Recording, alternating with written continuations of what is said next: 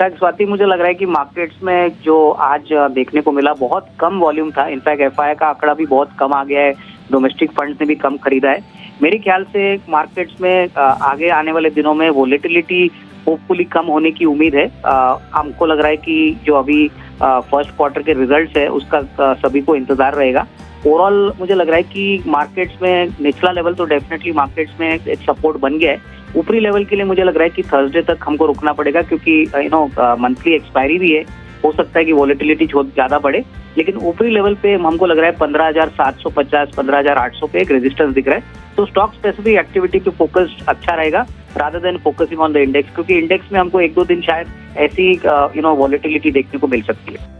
के शेयर में इनको थोड़ा सा इंतजार करना चाहिए। कंपनी के जो नंबर्स है हमको लग रहा है कि आने वाले 1-2 क्वार्टर्स में जरूर और अच्छे आने की उम्मीद है। सीमेंट के प्राइसेस अभी थोड़े से वार्म अप हो चुके हैं और पोस्ट मानसून मुझे लग रहा है कि डिमांड सीमेंट में वापस बढ़ेगा।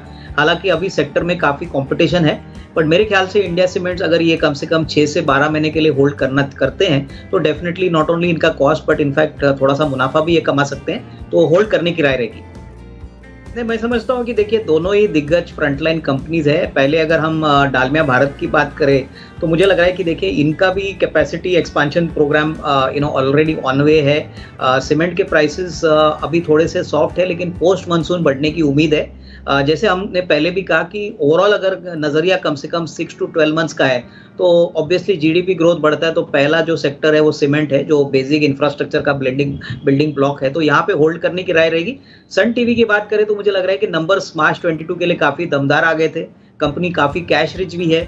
थोड़ी सी स्टॉक में एक डाउनवर्ड ट्रेंड इसलिए देखा गया था क्योंकि डिविडेंड को लेके थोड़ी बहुत कंसर्न्स थी, क्योंकि डिविडेंड काफी कम हो चुका था, लेकिन फंडामेंटल्स काफी स्ट्रांग है। तो सन टीवी में भी मैं समझता हूँ कि होल्ड करें। सन टीवी में भी हमको लग रहा है कि मीडिया स्पेस में अच्छी खासी अपसाइड आने वाले 12 से 15 महीने में इन्वेस्टर को मिलेगी। तो दोनों स्टॉक्स होल्ड करिए, जल्दबाजी में इन स्टॉक्स को मत बेचिए। मैं समझता हूँ देखिए अगर एसबीआई की बात करें तो उन्होंने बहुत ही अच्छे लेवल पे एंट्री की है। मुझे लग रहा है कि अगर इनका नजरिया 12-15 महीना है तो एसबीआई काफ़ी वेल पोजीशन्ड है FY23 के लिए, क्योंकि एसेट क्वालिटी भी अभी ठीक ठाक हो चुकी है, लोन बुक ग्रोथ भी हो चुका है, इंटरेस्ट रेट साइकिल भी अभी बढ़ने चालू है, और सबसे बड़ी बात क्रेडिट साइकिल जो एनालिस्ट देखते हैं वो अभी डबल डिजिट में आई है। तो एसबीआई में हमको लग रहा है कि अगर ये 12-15 महीने की टाइम फ्रेम रखते हैं तो कम से कम 525-530 का टारगेट प्राइस इनको मिल सकता है। रही बात टाटा मोटर्स की तो अगले 2-3 क्वार्टर्स थोड़े से चैलेंजिंग रहेंगे, लेकिन यहाँ पे भी कंपनी के मैनेजमेंट ने कहा है कि जेएलआर का पूरा कर्जा 2024 तक वो कंप्लीटली रिपे करना चाहते हैं। तो टाटा मोटर्स में पोजीशन होल्ड करिए। यहाँ पे हो सकता है कि शॉर्ट टर्म में थोड़ा अंडर परफॉर्मेंस देखने को मिले, लेकिन डेफिनेटली एसबीआई में हम समझते हैं कि बहुत अच्छा प्राइस लिया है और यहाँ से अच्छा खासा मुनाफा इनको मिलेगा। देखिए मुझे लग रहा है कि जेएनएफसी की अगर हम बात करें तो जेएनएफसी कंट्री का सबसे बड़ा केमिकल मैन्युफैक्चरर है टीडीआई के लिए। ये इंपोर्ट सब्स्टिट्यूट है और आने वाले दिनों में इनकी कीमतें और बढ़ेगी तो कंपनी को काफ़ी फायदा होगा। मेरे ख्याल से अगर ये साल भर का नजरिया रखते हैं तो करीबन 700-725 का भी प्राइस मिल सकता है। थोड़ा सा इंतजार करिए। मुझे नहीं लग रहा है कि इसमें कोई डरने की बात है। दूसरा शेयर कौन सा बोला था आपने? टाटा पावर।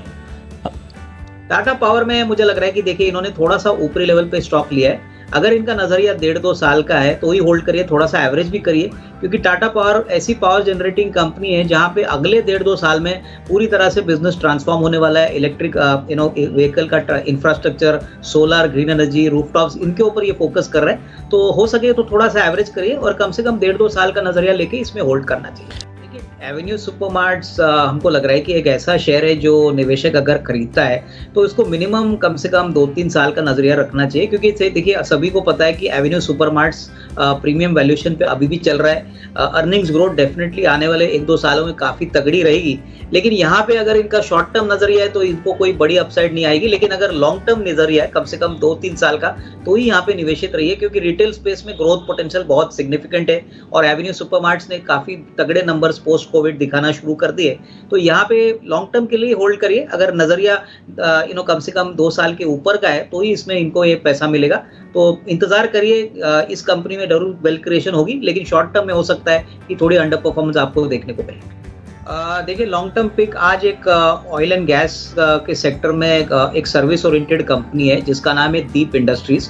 ये कंपनी 30 साल से एयर कंप्रेशन बिजनेस में काम करती है और एयर कंप्रेशन और डिहाइड्रेशन में ये मार्केट लीडर है। इनफैक्ट इनके काफ़ी बड़े क्लाइंट्स हैं जैसे कि ओएनजीसी, पेट्रोनेट, गेल, वेदांता जैसे हैं और ये एक तरीके का इनफैक्ट मोनोपोली बिजनेस है। पिछले साल इन्होंने 325 करोड़ का रेवेन्यू पे करीबन 120 करोड़ का कामकाजी मुनाफा किया और 72 करोड़ का प्रॉफिट किया।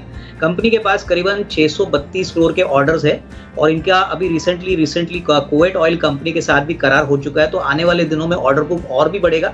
सबसे बड़ी बात, कंपनी बिल्कुल कर्जा मुक्त है, करीबन 70-80 करोड़ की कैश बैलेंस शीट पे है।